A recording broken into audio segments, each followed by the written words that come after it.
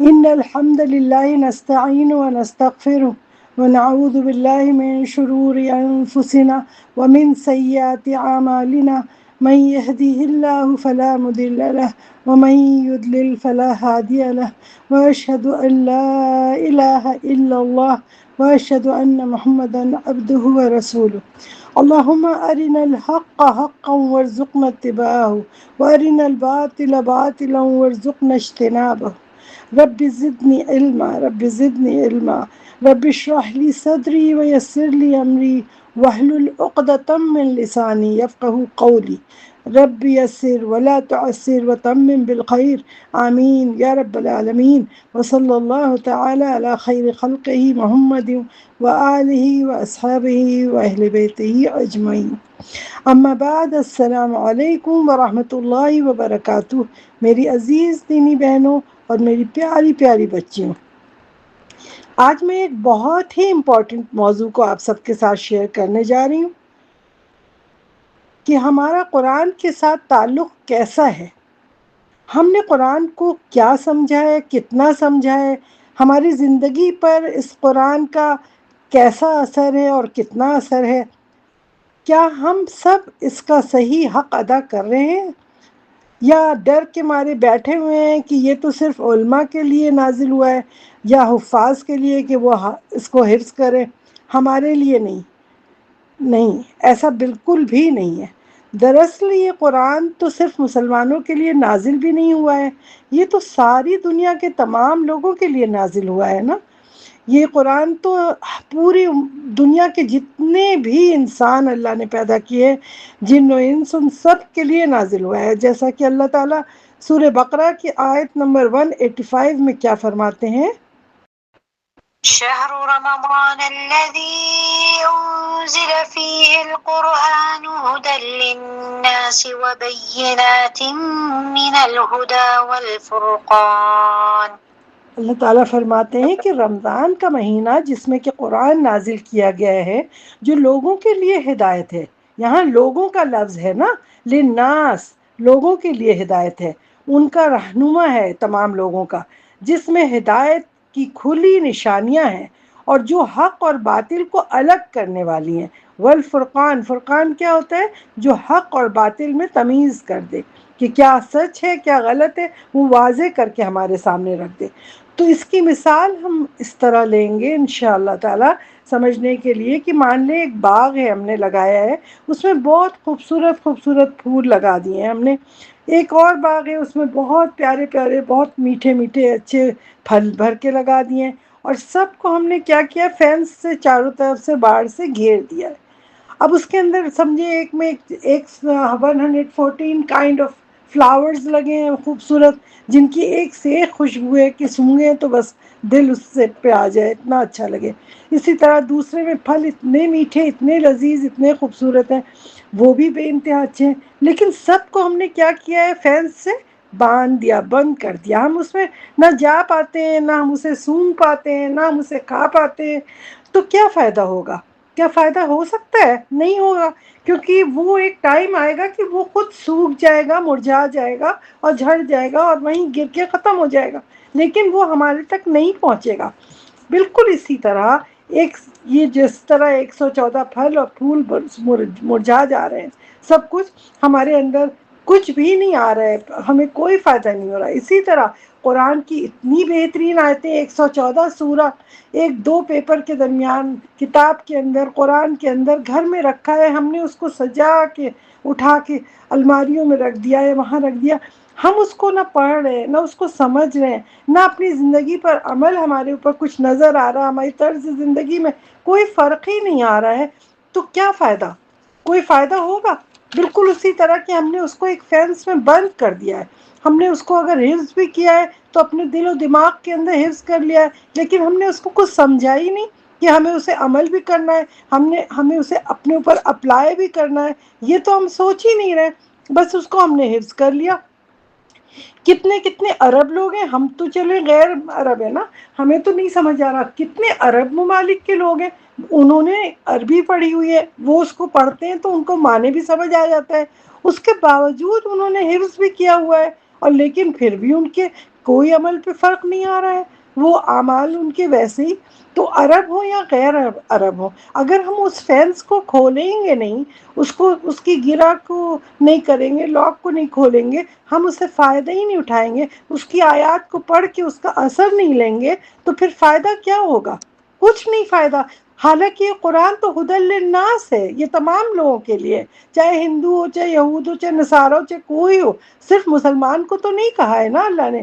اللہ نے ہماری duty double اس لیے آ گئی کیونکہ کنتم خیر امت اخرجت للناس تأمرون بالمعروف وتنہون عن المنکر، کیوں اللہ نے ہمارے اوپر یہ ڈیوٹی ڈال دی ہے نا کہ تم اس کو پڑھو، سمجھو اور آگے بڑھاؤ اور دوسروں تک پہنچاؤ، کیونکہ یہ تمہاری ذمہ داری، ہمیں چنا ہے، ہمیں اسلام مسلمان بنا کے اللہ تعالیٰ نے چن کے یہ دے دیا ہے قرآن ہمارے ہاتھ میں، ہمارے گھر میں قرآن و حدیث سب موجود ہے، لیکن ہم اس کا حق نہیں ادا کریں گے تو کیا پوچھا نہیں جائے گا قیامت میں؟ اللہ تعالیٰ پوچھیں گے نہیں کہ میں نے ہدی للناس کہا تھا، یہ جا کے تم نے دیا یہود نصارہ کو کہ وہ صحیح ہدایت پہ آ جائیں، مشرکین کو دیا؟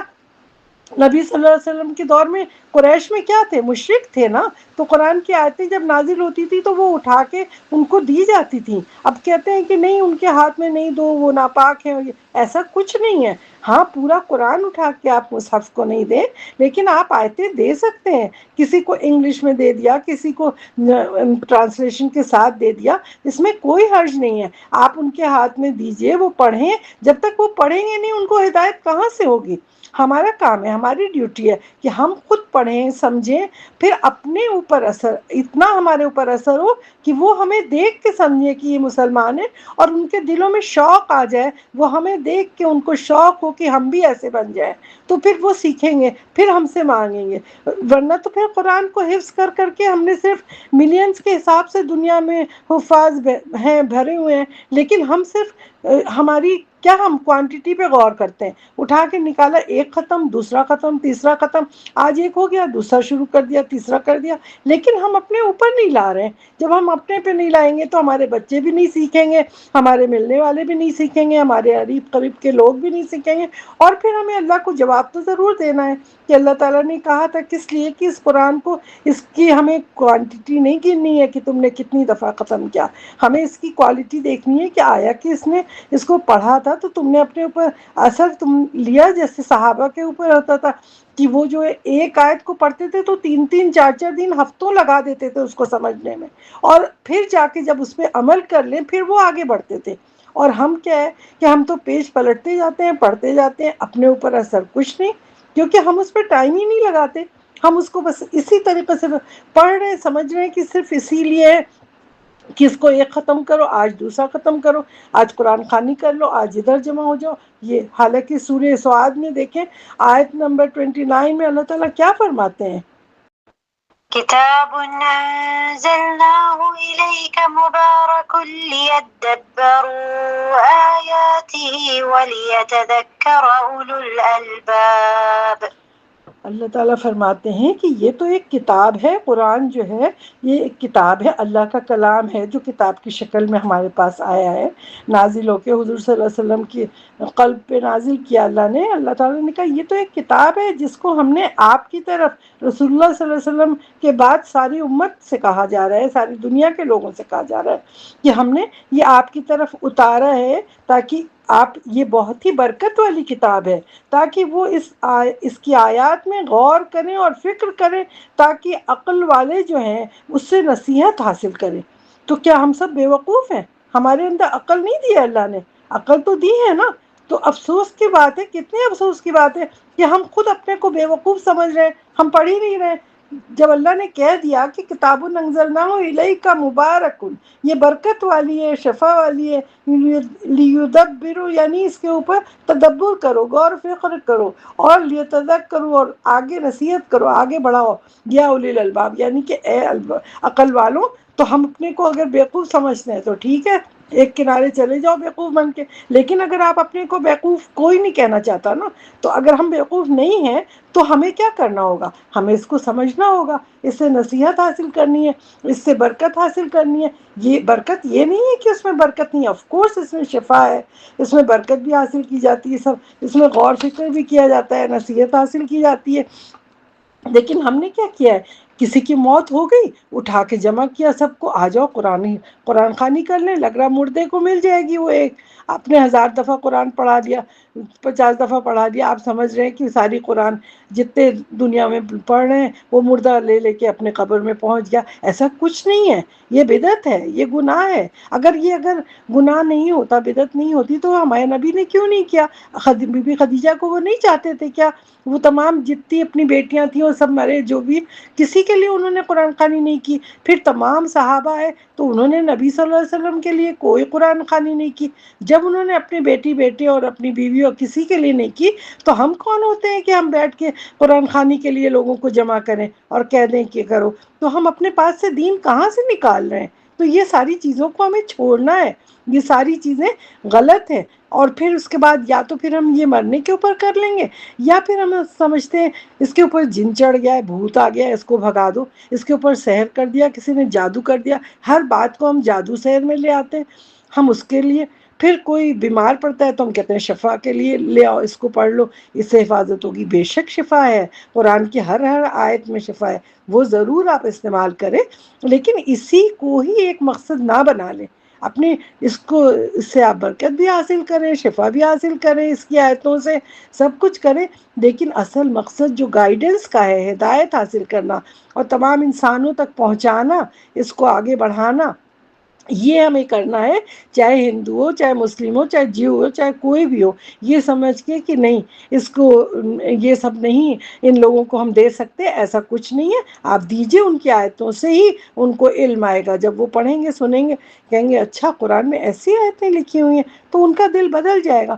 پھر ہم لوگ یہ سمجھتے ہیں کہ نہیں، اس سے تو ہمیں بہت ڈر لگتا ہے کہ اتنے بہت ہائی لیول کے لوگ پڑھیں گے، یہ تو عالموں کے لیے، عالم و عالمائے جو ہیں صرف وہی پڑھیں۔ جب تک 6 7 8 10 سال کا کورس نہیں کر لیں تو قرآن کو کھولنا بہت غلط ہے، ہم بہت غلط معنی سمجھ لیں گے۔ کیوں بھائی؟ اللہ تعالیٰ تو کہہ رہا ہے کہ یہ تو ہم نے سب کے لیے کیا ہے۔ یہ کتنی بڑی جہالت ہے کہ ہم قرآن کو بند کر کے رکھ دیں اور کہہ دیں کہ نہیں یہ تو ہمارے لیے ہے ہی نہیں، یہ تو صرف عالم عالمہ اور حفاظ انہی کے لیے ہے، لگتا ہے ہمیں تو صرف جہنم میں جانے کی تیاری کرنی ہے۔ ایسا تو نہیں ہے نا۔ دیکھیں سورہ آل عمران کی آیت نمبر 138 میں اللہ تعالیٰ کیا فرماتے ہیں؟ هذا بيان للناس وهدى وموعظة للمتقين۔ اللہ تعالیٰ تو کہہ رہے ہیں کہ یہ لوگوں کے لیے بیان جو ہے قرآن کا، اور یہ وضاحت ہے لوگوں کے لیے، کہ لوگ اس سے پڑھیں اور متقی لوگ اس سے ہدایت حاصل کریں اور نصیحت حاصل کریں۔ تو ہم سب کی نصیحت کے لیے آیا ہے، تو اگر ہم پڑھیں گے نہیں تو کیسے ہوگا؟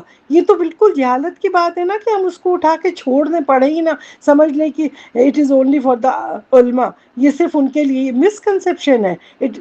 اور یہ بھی نہیں کہیں کہ it is not for non Muslims, یہ بھی نہیں کہیں۔ جب ہدی للناس کہہ دیا، ھذا بیان للناس، تو للناس میں سب آگے۔ تو اس لیے ہمیں یہ سمجھنا ہے کہ اگر ہمارے پاس ہے تو یہ ایک اللہ کی امانت ہے جسے ہمیں پہنچانا فرض ہے۔ تو ہم سب کیا کریں گے کہ ہمارے پاس، جس کے پاس بھی ہے، ایک آیت بھی آپ کو سمجھ آ رہی، آپ بڑھ کے آگے بڑھائیں۔ آپ لوگ انڈیا میں جتنے رہتے ہیں، کتنے آپ کی چاروں طرف ہندو لوگ ہیں، سب ہیں، تو ان سب کی آپ کے اوپر ذمہ داری ہے۔ ہر گھر پہ آپ اپنے اخلاق سے، اپنی بات سے، اپنی آیتوں سے ان کو بتائیں کہ وہ اللہ ایک ہے۔ اس اللہ نے یہ کتاب نازل کی، حضرت آدم علیہ السلام سے لے کے دنیا میں اسی طرح آہستہ آہستہ چھوٹی چھوٹی باتوں سے آپ ہر ایک کو آپ پریچنگ کر سکتے ہیں، آپ دعویٰ کر سکتے ہیں، اور اسی سے ہماری مغفرت ہوگی نا۔ تو یہ ایک گائیڈنس کی کتاب ہے جو ہمارے پاس آئی ہے، اس سے ہدایت حاصل کریں اور اس کو آگے بڑھائیں۔ تو میری عزیز بہنوں، دنیا کی تمام کتابیں ہم خود پڑھتے رہتے ہیں، اپنے بچوں کو پڑھاتے ہیں، کسی کو ماسٹرز کراتے ہیں، کسی کو پی ایچ ڈی کرواتے ہیں، اور اس سے اصل جو ہماری گائیڈنس کی جو قرآن گھر میں، اس کو ہم بند کر کے اوپر سجا کے رکھ دیتے ہیں، جزدانوں میں بند کر دیتے ہیں، الماریوں میں بند کر دیتے ہیں، اس کو بڑے اچھی طرح سجا کے، اس کے اوپر گرد ہی نہ پڑے، اٹھا کے رکھ دیا۔ جب مردہ کوئی ہوگا، مرے گا، تو ہم اس کو نکالیں گے، کھولیں گے، پڑھ لیں گے۔ یہ سب افسوس کی باتیں ہیں نا۔ تو یہ ہمیں اس کو اس طرح نہیں سجانا ہے، کیونکہ دیکھیں کتنے شاعر جو ہیں، انہوں نے کتنا، ماہر القادری شاید نام ہے ان کا، جنہوں نے قرآن کی فریاد لکھی تھی کہ طاقوں میں سجایا جاتا ہوں، آنکھوں سے لگایا جاتا ہوں، تعویذ بنایا جاتا ہوں اور دھو دھو کے پلایا جاتا ہوں۔ یعنی کہ وہ خود سمجھتے تھے، علماء، یہ جو شاعری کرتے تھے لوگ، وہ سمجھتے تھے کہ یہ اس کی ہم تعویذیں بنا کے پہن لیتے ہیں، اس کو دھو کے پی لیتے ہیں کہ اس سے شفا ہو جائے گی، آنکھوں میں لگا لگا کے چومتے رہتے ہیں، ہم سمجھتے ہیں چوم چوم کے ہمیں ثواب مل رہا ہے۔ یہ کہاں لکھا ہے کہ قرآن کو چومو، آنکھوں میں لگاؤ اور یہ کرو اور پھر اس سے تمہیں ثواب ملے گا؟ ایسی تو کوئی سنت ہم نے نہیں پڑھی۔ کیا نبی صلی اللہ علیہ وسلم کا کہیں لکھا ہے کہ اس کو وہ آنکھوں میں لگاتے تھے اور چومتے تھے اور دھو دھو کے پیتے تھے؟ جب انہوں نے خود نہیں پیا، اپنے بچوں کو نہیں پلایا، کچھ نہیں کیا، تو ہم کون ہوتے ہیں کہ بیٹھ بیٹھ کے قرآن کی آیتوں کو دھو دھو کے ایک دوسرے سے پی رہے ہیں اور یہ کر رہے ہیں؟ یہ سارے علماء حضرات یہی کرتے ہیں نا کہ اس کو زعفران سے لکھ دیا، اس کو دھو دیا، یہ پی لو، یہ فائدہ ہوتا ہے۔ کچھ لوگوں نے یہ وہ کیا ہے تجربہ، ان کو لگتا ہے کہ فائدہ ہوا ہے، لیکن ہماری سنت سے ایسی کوئی چیز ثابت نہیں ہے کہ زعفران سے آیتیں لکھی گئی ہوں پہلے اور نبی صلی اللہ علیہ وسلم نے لکھ لکھ کے دھو دھو کے پلایا ہو، ایسا کچھ بھی نہیں ہے۔ تو اس لیے ہمیں جتنا احتیاط کر سکیں ہمیں احتیاط کرنا چاہیے ان باتوں سے۔ ویسے بہت سے علماء جو ہیں بعد میں انہوں نے بہت سی چیزیں نکالی ہیں ایسی، وہ سمجھتے ہیں کہ یہ چیز نہیں ہے، بدعت نہیں ہے، یہ کیا جا سکتا ہے۔ تو واللہ عالم، وہ آپ پتہ کر لیں ان لوگوں سے کہ کہاں جائز ہے کہاں نہیں جائز ہے۔ تو یہ بہت افسوس کی بات ہے کہ ہدایت کی کتاب کو ہم سب نے صرف قسم کھانے کے لیے جب اٹھا لیا کہ حلف لینا ہے، قسم کھانا ہے، یا جن بھوت کو بھگانا ہے، یا طوطے کی طرح رٹ رٹ کے ثواب کمانا ہے حافظ بن کے، یا اس کی تلاوت خوبصورتی سے کر کر کے قرأت کمپٹیشن میں جانا ہے، یہ سب کام کے لیے نہیں ہے قرآن۔ اس کی تعداد بیٹھ کے گن گن کے کہ ہم نے اتنا ختم کیا، تم نے کتنا ختم کیا، نہیں، ہمیں اس کی کوالٹی پہ، اس کی روح پہ اس کو سمجھنا ہے کہ قرآن کی اصل روح کیا ہے۔ ہمیں اس کو ہدایت کرنا ہے ہیومینٹی کے لیے، پوری وہ انسانیت کے لیے یہ ہدایت ہے، تو اس لیے ہم کو اس سے ہدایت حاصل کرنی ہے۔ یہ حضور صلی اللہ علیہ وسلم نے مکہ مکرمہ میں جس طرح سب کو بانٹا تھا مشرکین کو، تو ہمیں بھی اب یہی کام کرنا ہے کہ اس کو آگے بڑھانا ہے، اس سے تمام پلینٹ کے تمام لوگوں کے لیے ہدایت کرنا ہے۔ اس کی جس لینگویج میں بھی کوئی سمجھتا ہے اسی لینگویج میں آپ اس کو بانٹیں۔ سوشل میڈیا میں آپ دیکھیں کتنا آسان ہو گیا ہے، واٹس ایپ اور ان سب سے، ہر چیز سے، اس سے قرآن کو سیکھنا بھی، آگے بڑھانا بھی، ہر کام آسان ہے۔ آپ اس کی گرامر سیکھنا چاہتے ہیں، مخارج، اس کی قرأت، اس کی تجوید، گھر بیٹھے فری میں، پیسہ بھی نہیں لگ رہا ہے اور سارا کچھ سیکھ سکتے ہیں۔ 1400 سال پہلے ایسا نہیں ہوتا تھا نا، کتنے لوگ، کتنے بلکہ چند سو سال بھی پہلے ایسا نہیں ہوتا تھا، لوگ چڑھ چڑھ کے جاتے تھے، سفر کرتے تھے دور دور، جانوروں پہ، گاڑیوں پہ، پلین پہ جا کے وہ سیکھتے تھے ایک ملک سے دوسرے ملک میں۔ لیکن حالانکہ قرآن کو تو اللہ تعالیٰ نے خود بتا دیا اتنے سال پہلے۔ دیکھیں سورہ قمر کی آیت نمبر 22 میں اللہ تعالیٰ نے قرآن کے لیے کیا کہا ہے؟ وَلَقَدْ يَسَّرْنَا الْقُرْآنَ لِلذِّكْرِ فَهَلْ مِن مُّدَّكِرٍ۔ اب اللہ تعالیٰ فرماتے ہیں کہ اور بلا شبہ یقیناً ہم نے اس قرآن کو نصیحت کے لیے بالکل آسان کر دیا ہے۔ یسرنا القرآن، قرآن کو بالکل آسان کر دیا ہے، لذکر، تاکہ لذکر یعنی اس سے آپ اس کا ذکر کریں، فہل من مدکر، تو ہے کوئی سیکھنے والا، ہے کوئی نصیحت حاصل کرنے والا؟ تو یہاں تو اللہ تعالیٰ ہم سے سوال کر رہے ہیں کہ ہم نے تو تمہارے لیے بالکل آسان کر دیا ہے، اس میں کوئی خاص کوشش بھی نہیں کرنی ہے، تھوڑا سا تم آگے بڑھو گے تو تم کرو گے۔ تو اللہ تعالیٰ پوچھ رہا ہے کہ ہے کوئی نصیحت کرنے والا؟ تو ہمیں کیا کہنا ہے؟ لبیک یا اللہ، ہم حاضر ہیں، لبیک یا رب، ہم حاضر ہیں سیکھنے کے لیے۔ تو ہم سب کو اسی طرح کر کر کے آگے بڑھنا ہے۔ تو آج ہم سب کو قرآن کی روح کو سمجھنا ہے کہ یہ قرآن ہماری اصل روح ہے۔ اگر ہمارے جسم میں اس کی قرآن کی روح ہی نہیں ہوئی تو پھر ہمارا جسم مردہ ہو گیا۔ ہم نے عام کتابوں کی طرح، یہ کوئی کتاب نہیں ہے، یہ کلام اللہ ہے۔ یہ کلام اللہ ہماری سول، جو ہماری روح ہے، اس کو زندہ کرتا ہے۔ عربک میں یہ نازل ہوا ہے، ہمیں اپنے بچوں کو عربک پڑھانی ہے۔ یہ نہیں کہ ہم بیٹھ کے انہیں اسپینش اور فرینچ پڑھا پڑھا کے پراؤڈ ہو رہے ہیں کہ ہم نے فلاں لینگویج فلاں وہ سکھائی۔ ہمیں انہیں سب سے زیادہ ہمیں کیا کرنا ہے؟ عربک سکھانا ہے، کیونکہ یہ قرآن بیسٹ گفٹ ہے نا ہمارے پاس۔ تو ہمیں اپنے بچوں کو یہ عربک سکھا دینا، یہ بھی ایک بیسٹ گفٹ ہوگا ان کے لیے۔ ہم موٹیویٹ کریں ان کو کسی طرح، پیار سے، محبت سے، اپنے دینی بہن بھائیوں کو، اپنے بچوں کو، سب کو موٹیویٹ کریں، انہیں عربک سکھائیں، تاکہ جب قرآن جو کوئی لینگویج جانتا ہے تو اس کو جو سیکھنا، سمجھنا اور اس کا اثر لینا وہ بہت اچھا، بہت ڈفرینٹ ہوتا ہے. جو اپنی زبان جان جائے نا تو اس کے بعد اس کا مزہ ہی کچھ اور ہوتا ہے. کوئی بھی لینگویج جب تک آپ نہیں جانیں گے، آپ کوئی کتاب اٹھا کے پڑھیں گے تو کوئی آپ کو مزہ آتا ہے؟ وہ مزہ نہیں آ سکتا نا. تو اس لیے ہمیں کوشش کرنی ہے کہ ہم اپنے بچوں کو آہستہ آہستہ سکھائیں. قرآن مشکل نہیں ہے. جب اللہ نے کہہ دیا یسرنا القرآن، اللہ نے آسان کہہ دیا تو ہمیں ماننا ہے نا، بلیو کرنا ہے. اور آپ دیکھیں اتنی جلدی یاد ہو جاتا ہے. کتنے نان مسلمس جو مسلمان ہو رہے ہیں، نیو مسلمس جو ہے، وہ آتے ہیں، وہ قرآن حفظ کر لیتے ہیں. اتنی جلدی یاد ہوتا ہے، لیکن وہ اتنی جلدی بھول بھی جاتا ہے. اگر ہم اسے ریویو نہیں کریں گے تو ہم سے غائب ہو جاتا ہے. اسی لیے بار بار پڑھنے کا ہے. قرآن میں کہا ہے نا اس کو بار بار پڑھو. یہ دہرائے جانے والی آیتیں ہیں. تو ان آیتوں کو ہمیں پڑھنا ہے، خود بھی آگے حفظ کرنا ہے، اپنے بچوں کو حفظ کروانا ہے، کیونکہ یہ اللہ کی طرف سے بہت بڑا گفٹ ہے. جس انسان کو اللہ تعالیٰ چن لیتا ہے اس کو حفظ کے لیے اس کا سینہ کھول دیتا ہے اللہ تعالیٰ. تو کتنے جتنے حفاظ ہیں، آپ سوچیں نا کتنی ان کو اللہ تعالیٰ کی طرف سے کتنی بڑی نعمت ہے ان کے پاس. اللہ تعالیٰ سورہ یونس کی آیت نمبر 57 میں کیا فرماتے ہیں قرآن کے لیے؟ يا أيها الناس قد جاءتكم موعظة من ربكم وشفاء لما في الصدور وهدى ورحمة للمؤمنين. اے لوگو، بے شک تمہارے پاس تمہارے رب کی طرف سے عظیم نصیحت آئی ہے. نرمی سے بھی اس کو سمجھاؤ ایک دوسرے کو، اور سختی سے بھی. اور سینوں کے تمام بیماریوں کا اس میں علاج ہے، اس کے لیے شفا ہے. کون سی بیماریاں سینے کی؟ کفر کی بیماری، نفاق کی بیماری، حسد کی بیماری، ریا کی بیماری، برے اخلاق کی بیماری، ان سب سے شفا ہے. یہ قرآن جو نازل ہوا ہے، ہم اگر اس کو پڑھیں گے سمجھیں گے تو یہ ساری بیماریوں سے ہم اپنا علاج کر سکتے ہیں.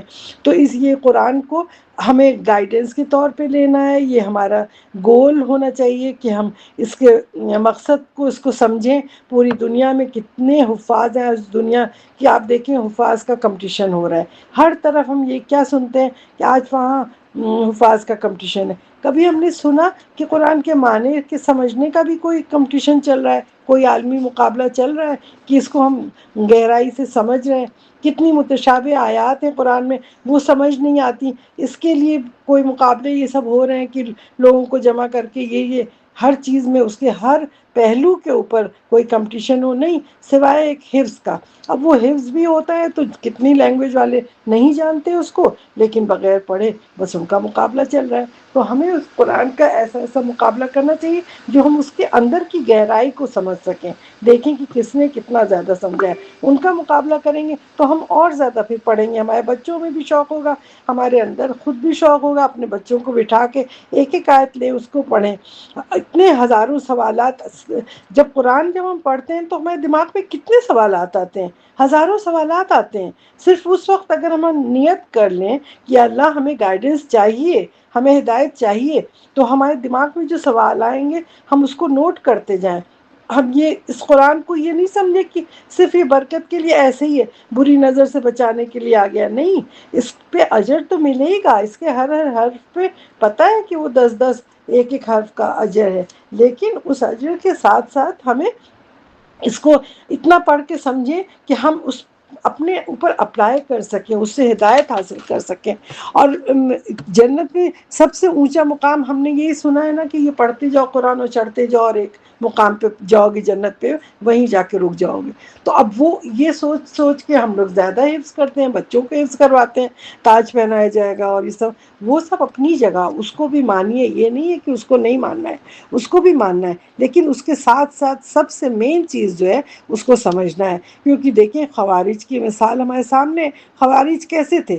وہ قرآن کو پورا کور ٹو کور پورا حفظ کرتے تھے اور بہت بہترین آواز سے پڑھتے تھے. بہت لہن بہت اچھا ہوتا تھا ان کا، لہن بھی اچھا ہو، آواز بھی اچھی ہو، پورا پکا یاد بھی ہو، اتنے ہوتے تھے. لیکن کیا وہ جنت میں جا سکیں گے؟ نہیں، کیونکہ ان کی نیت ہی نہیں تھی قرآن کو سیکھنے کی. تو ہم قرآن کو سیکھنے کے لیے اپنی نیت تو اچھی کریں. ہم سب کو صرف ہدایت کے لیے ہی قرآن کو پڑھنا ہے. قرآن کا ثواب جو کیونکہ قرآن ہم سے کیا چاہتا ہے؟ وہ چاہتا ہے کہ ہم اسے سوال کریں، جگہ جگہ سے ہم جب پڑھیں گے نا تو ایک جگہ سوال ہوگا تو دوسری جگہ ہم آگے پڑھیں گے تو ہمیں اس کا جواب بھی مل جائے گا۔ تو اس قرآن کو جب ہم پڑھیں تو ریفلیکٹ کریں اپنی لائف پہ، تدبر کریں، تفکر کریں، اس کو ڈیپتھ اسٹڈی کریں اس کی، اور خود نہیں آ رہی ہے تو دوسروں سے ہیلپ لیں ضرور، لیکن اس کو پڑھیں گے اس طریقے سے کہ ہم اپنے انشاء اللہ تعالیٰ ہم اپنے زندگی کا ایسے آغاز کرتے ہیں بعد سے کہ ہم لوگ ایسا کریں کہ اس قرآن کو تھوڑا تھوڑا لے کے پڑھیں، ہر ہفتے کے اندر سمجھ لیں کہ ہم نے چند آیتیں اس کی پڑھنی ہیں۔ اب ہم اس طرح آغاز کرتے ہیں کہ یہ نہیں پرواہ کرے سوالات آئیں اس کو نوٹ کرتے جائیں، یہ نہیں پرواہ کرے کہ اس کا جواب ہمیں نہیں مل رہا ہے آگے پلٹ کے ڈھونڈ رہے ہیں ادھر دیکھ رہے ہیں، نہیں، جب آپ پڑھیں تھوڑی لائن آپ کے دماغ میں کوئی کوشچن آ رہا ہے اس کو نوٹ کر لیں، نوٹ کرتے جائیں، نوٹ کرتے جائیں، جب کبھی علماء سے ملاقات ہوگی ان سے پوچھ لیں گے، کبھی انٹرنیٹ پہ اچھے اچھے علماء نے لکھے ہوتے ہیں اس میں سے ڈھونڈ لیں گے، ریسرچ کریں گے تب پتہ چلے گا نا، ریسرچ کرنا ہمارا کام ہے۔ کیونکہ تو ہم ہر ہفتے میں کیا کریں کہ سپارہ لیں، اس میں سے ہم ایک سپارے میں سے سوچ لیں کہ آج ہمیں ایک پیج کو یاد کرنا ہے، اس پورے پیج کو ہم پورا ہفتہ لگا دیں، پورے ہفتے میں ہم آہستہ آہستہ اس کو پڑھیں، پھر اس کا ٹرانسلیشن پڑھیں، پھر ہم اس کی تفسیر پڑھیں، اتنی ساری تو لکھی ہوئی ہیں نا ہر جگہ، تو ہم صرف ایک پیج کو لیں گے پورے ایک ہفتے، پورے ایک ہفتے آپ ایک پیج کو لیجئے، اس کو اچھے سے خود پڑھیے، اس کو سمجھیے، اس کی تفسیر پڑھیے، اور آگے سے کوشچن نہیں آ رہا ہے مفتیوں سے پوچھنا چاہتی ہیں ان سے پوچھ لیں، کسی اور سے پوچھ لیں، لیکن آپ اس پیج میں بالکل پکے ہو جائیں، جیسے صحابہ کرتے تھے نا، چند آیتیں لے کے اس کو اتنی اچھی طرح کرتے تھے کہ وہ اس پہ عمل کرنے لگ جائیں۔ تو اس طرح سے اگر آپ کریں گے تو ایک وقت تو آئے گا نا کہ یہ قرآن کی 114 سورے اور جتنے 600 پیجز 600 پلس پیجز ہیں وہ ختم ہی ہو جائیں گے اگر اللہ نے زندگی دی، لیکن نیت آپ نے لے کے اگر شروع کر دیا تو آپ کو تو جزا ملنی ہے۔ تو اس لیے اب آج سے یہی کیجئے کہ ایک ہفتے کے لیے ایک پیج سوچ لیں، صرف ہمیں ایک پیج پہ، ایک پیج تو کوئی بڑا نہیں ہوتا ہے نا، اس میں سے اپنا ایک ایک آیت بھی اگر آپ نے روزانہ اس میں سے حفظ کر لی اس ایک پیج کی، تو ایک ہفتے میں آپ کو ایک پیج یاد بھی ہو جائے گا، اس کے معنی بھی سمجھ آ جائیں گے، اس کی تفسیر بھی سمجھ آ جائے گی، ہر چیز، لیکن وہ چیز آپ کے دماغ میں اس طرح جا کے جمے گی کہ آپ بھول ہی نہیں پائیں گے۔ کیوں؟ کیونکہ قرآن تو ایک یہ معجزہ ہے نا، یہ میریکل آف قرآن ہے کہ معجزہ ہے کہ آپ اس کو جب کوئی بھی چیز آپ اپنے بھی نوٹس بناتے ہیں تو جب آپ سوال کرتے ہیں اور لکھتے ہیں اپنے ہاتھ سے، وہ چیز آپ کے دماغ میں جا کے اس طرح بیٹھتی ہے کہ وہ ہٹاتے بھی نہیں ہٹتی۔ تو اس لیے ہمیں اپنی جرنی قرآن کی طرف اسٹارٹ کرنی ہے، اور اس جرنی کے اندر آپ دیکھیں ایک ہفتے میں ایک پیج پہ سارے لوگ کوشش کریں، دیکھتے ہیں انشاءاللہ تعالیٰ کیسا لگتا ہے ایک مہینے میں۔ سورہ مائدہ کی آیت نمبر 101 میں دیکھیے 101 میں اللہ تعالیٰ کیا فرماتے ہیں اس وحی کے متعلق۔ يا أيها الذين آمنوا لا تسألوا عن أشياء إن تبد لكم تسؤكم وإن تسألوا عنها حين ينزل القرآن تبد لكم عفى الله عنها والله غفور حليم۔ یا ایھا الذین آمنوا، اے لوگو جو ایمان لائے ہو، یہاں پہ اللہ تعالیٰ نے سارے لوگوں سے نہیں کہا ہے، یہاں کہا ہم لوگوں سے کہا ہے کہ جو ہم ایمان لائیں، اے لوگو جو ایمان لائے ہو، یا ایھا الذین آمنوا، ان چیزوں کے بارے میں سوال مت کرو کہ جو اگر تمہیں ظاہر کر دی جائیں تو تمہیں بری لگیں گی، اور اگر تم ان کے بارے میں اسی وقت سوال کرو گے جبکہ قرآن نازل کیا جا رہا ہے تو وہ تمہارے لیے ظاہر کر دی جائیں گی، اور اللہ نے ان سے درگزر فرما دیا ہے، اور اللہ بے حد بخشنے والا اور نہایت بردبار ہے۔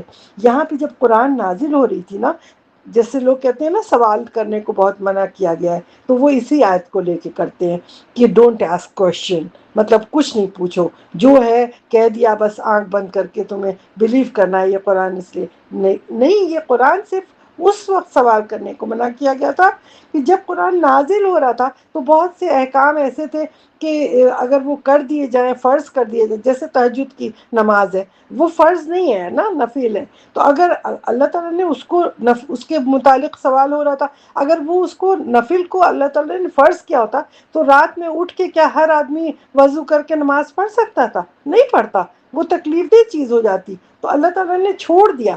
تو اسی لیے حضور صلی اللہ علیہ وسلم نے کہا، اللہ تعالیٰ کہتے ہیں کہ بہت زیادہ سوالات نہیں کرو، جیسے گائے کا اس سورہ بقرہ میں وہ پوچھے جا رہے ہیں کس کلر کی، ایسی تو ویسی، 50 سوال۔ تو بے تکے سوال پہ سوال کرنا، سوال برائے سوال، یہ کرنا بالکل غلط ہے۔ ہاں اگر آپ کی نیت ہے سمجھنے کی کوئی چیز، تو آپ کو سوال کرنا بالکل منع نہیں ہے۔ قرآن میں آپ بالکل آرام سے سوال کر سکتے ہیں۔ قرآن نازل ہوا ہے، اس میں کثرت سوال سے صرف اس وقت منع کیا تھا جب قرآن نازل ہو رہا تھا، اب نہیں۔ اب آپ جتنے بھی چاہیں سوال کرنا، ہزاروں سوال آپ کر سکتے ہیں۔ سارے احکام نازل ہو چکے ہیں، قرآن کا وہ نازل ہونا ختم ہو چکا، وحی کا آنا ختم ہو چکا ہے۔ تو اب آپ کو جو بھی چیز نہیں سمجھ آتی، آپ سوال کریں، کیونکہ سوال کرنا بہت اچھی چیز ہے۔ جتنا آپ سوال کرتے ہیں اتنا آپ گہرائی سے اس چیز کو سمجھ پاتے ہیں۔ تو اب ہمیں جب قرآن کی طرف جرنی کریں تو اب پہلے ہمارے دماغ میں آتا ہے ہم کہاں سے شروع کریں، آخر کیسے کریں؟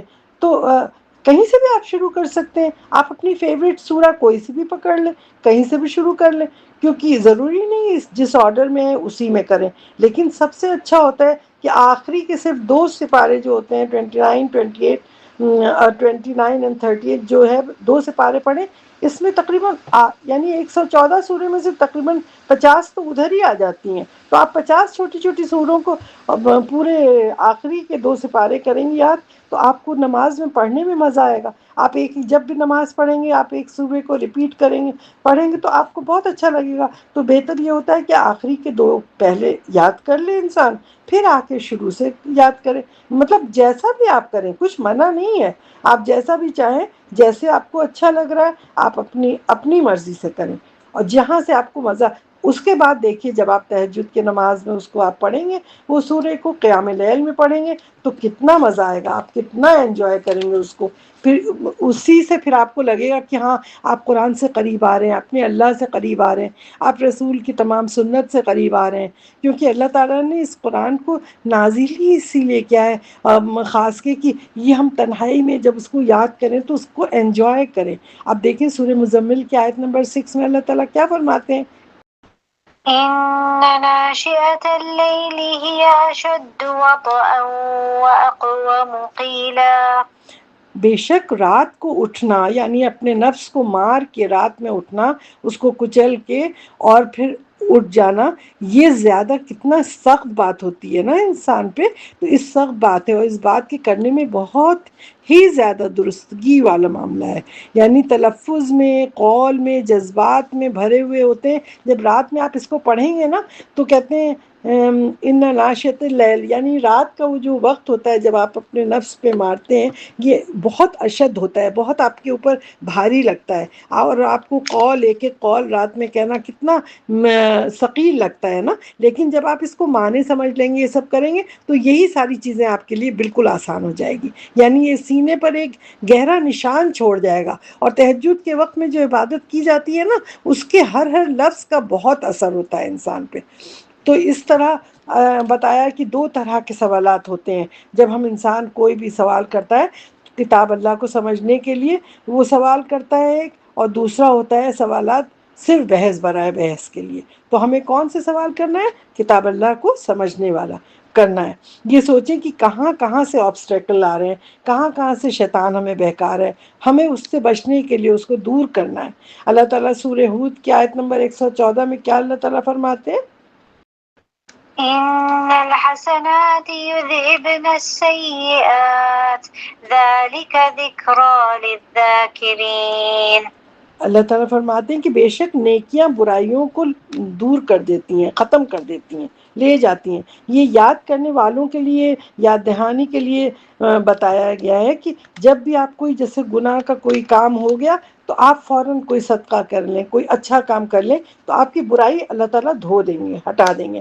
اسی لیے آپ نیک کام کرنے جا رہے ہیں، آپ تھوڑا اور صدقہ کر کے آگے بڑھ کے نکلیں گے، دیکھیں اللہ تعالیٰ آپ کو حافظ قرآن بھی بنا دے گا، قرآن سمجھا دے گا۔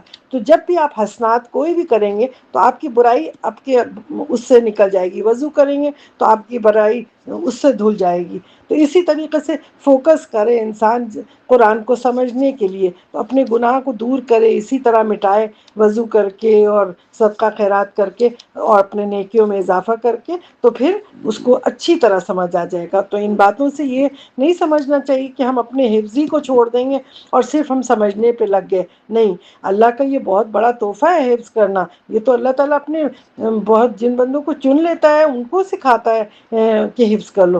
حفظ اپنی جگہ ہے، وہ بھی آپ کرتے رہیں، کچھ لوگ چند مہینوں میں کرتے ہیں، کچھ جو ہے سال لگا دیتے ہیں، کچھ وہ پوری زندگی لگا دیتے ہیں۔ اس میں ٹائم کا کوئی ہمیں کمپٹیشن کسی سے نہیں کرنا ہے، ہمیں اپنے اللہ سے، آپ کیا پتا آپ چند آیتیں ہی یاد کر رہے ہیں، حفظ کر رہے ہیں، اور ہماری موت کا وقت ہو گیا، اللہ نے بلا لیا، تو اللہ تعالیٰ ہمارے حفاظ میں ڈال دے گا، ہمیں تو نہیں پتا نا۔ تو ہمیں تو بس تلاوت کرنا ہے اس نیت سے کہ ہم اس سے سبق سیکھیں گے، اس کو آگے بڑھائیں گے، لوگوں کو بتائیں گے، اس پہ فوکس کریں گے۔ حفظ پہ سے فوکس نہیں کریں گے، لیکن اس کو سمجھنے پہ اور عمل کرنے پہ ہم فوکس کریں گے۔ تو آج کے بعد سے ہم لوگ سب یہی کوشش کریں کہ ایک پیج کو پکڑ لیں، اس کو اچھی طرح سمجھیں، اس میں سے سوالات کریں، سوالات لکھیں، اس کے معنی سمجھیں، اس کے ٹیسٹ کو انجوائے کریں۔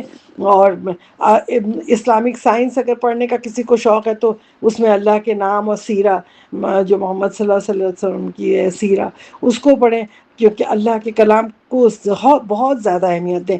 کلام الناس جو دنیا کا ہے، ان سارے کلام کو چھوڑ کے، شعر و شاعری کو چھوڑ کے، یہ سب چھوڑ کے اللہ ہی کے کلام کے اوپر زیادہ زیادہ غور کرنا ہے۔ آج کی بات سے ہم سب کو اس چیز کو آگے آگے کرنا ہے، اور اللہ تعالیٰ سے ہم دعا کرتے ہیں کہ اللہ تعالیٰ ہم سب کو اہل القرآن میں شامل کر دے۔ یا اللہ ہم سب کے دلوں میں قرآن کی محبت پیدا کر دے۔ یا اللہ تعالیٰ تو ہم سب کو قرآن کے عجائب سے متعارف کروا دے۔ یا اللہ تعالیٰ تو ہم سب کو قرآن کو حفظ کرنے اور اس پر عمل کرنے والا بنا دے۔ اللہم انی اسألک حبک وحب من یحبک وحب عمل یقربنی الی حبک۔ اقول قولی ھذا استغفر اللہ لی ولکم ولجمیع المؤمنین والمؤمنات والمسلمین والمسلمات۔ سبحانک اللہم وبحمدک ونشہد ان لا الہ الا انت نستغفرک ونتوب الیک۔ وصلی اللہ تعالی علی خیر خلقہ محمد وآلہ واصحابہ واہل بیتہ اجمعین۔ والسلام علیکم ورحمۃ اللہ وبرکاتہ۔